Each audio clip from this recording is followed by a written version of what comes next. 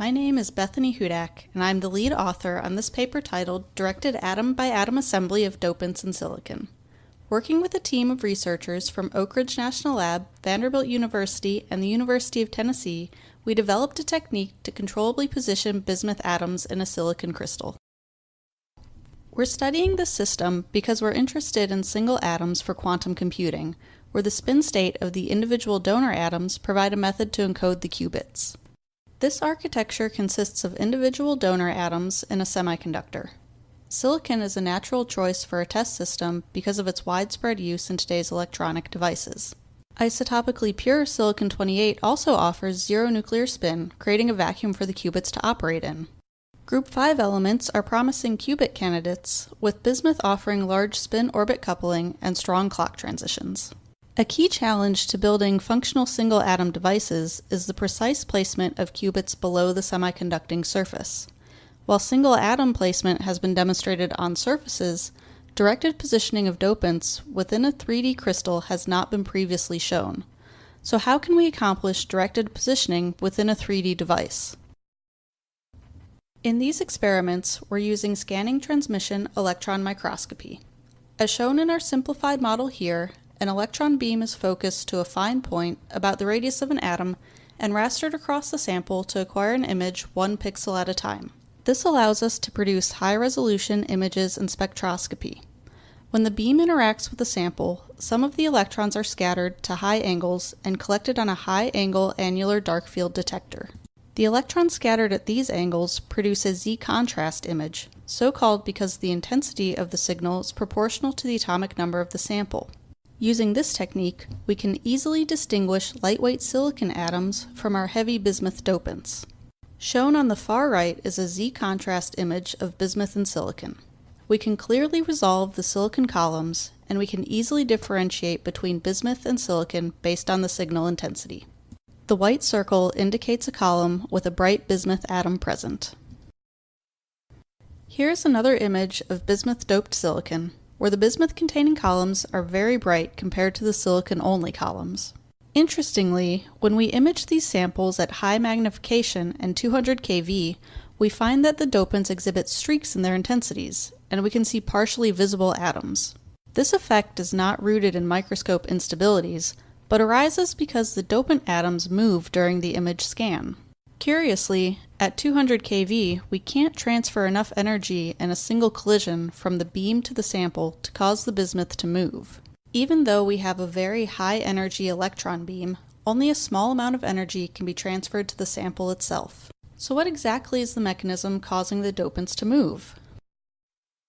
To get a better understanding of why the dopants move, we went to density functional theory calculations. It turns out that the electron beam can't transfer enough energy to cause bismuth diffusion, but the beam can remove silicon atoms and generate vacancies. Notably, the presence of the bismuth in the silicon crystal creates a strain environment that increases the probability of a silicon vacancy being created directly adjacent to a bismuth atom. If we strike a column of atoms next to a column containing a bismuth dopant, there is a high likelihood of removing silicon directly next to a bismuth atom and creating a vacancy. Importantly, there is essentially no energy barrier for a bismuth to hop into that vacancy. Using the finely focused electron beam, we can selectively generate silicon vacancies adjacent to substitutional bismuth atoms and thus enable bismuth migration. This is illustrated in the schematic in the bottom right of the slide. Moreover, since we can control the position of the electron beam, we can guide the diffusion of a single bismuth atom by knocking its neighboring silicon atoms out of the way.